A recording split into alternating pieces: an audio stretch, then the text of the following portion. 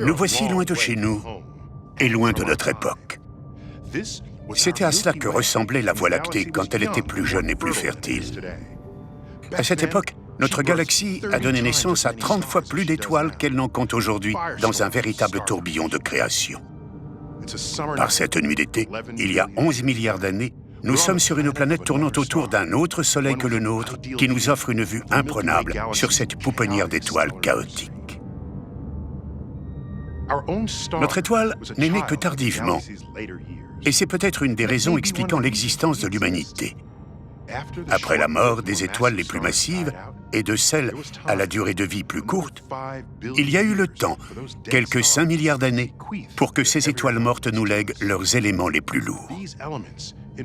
Ces derniers sont venus enrichir et nourrir la formation des planètes et des lunes de notre système solaire.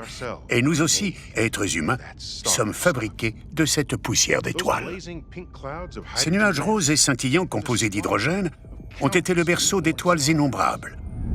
Et vous voyez les taches bleutées? Ce sont des amas stellaires légèrement plus âgés.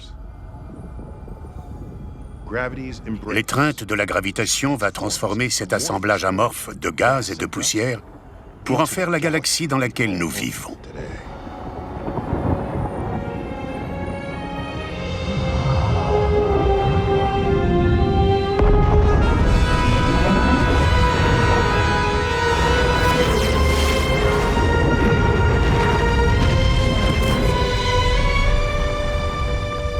Notre Soleil vient de naître.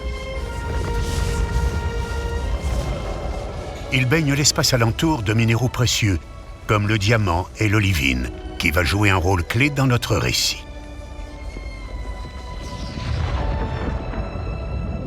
Les étoiles créent des lunes, des comètes et des planètes. Et voici Jupiter, la première à apparaître dans notre système solaire.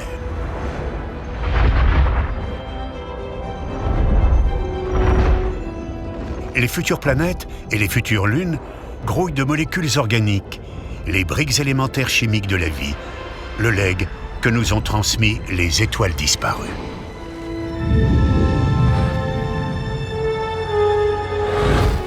Le cosmos donne-t-il naissance à la vie aussi naturellement qu'il crée les étoiles et les mondes? Ici commence notre voyage au cœur de ce mystère.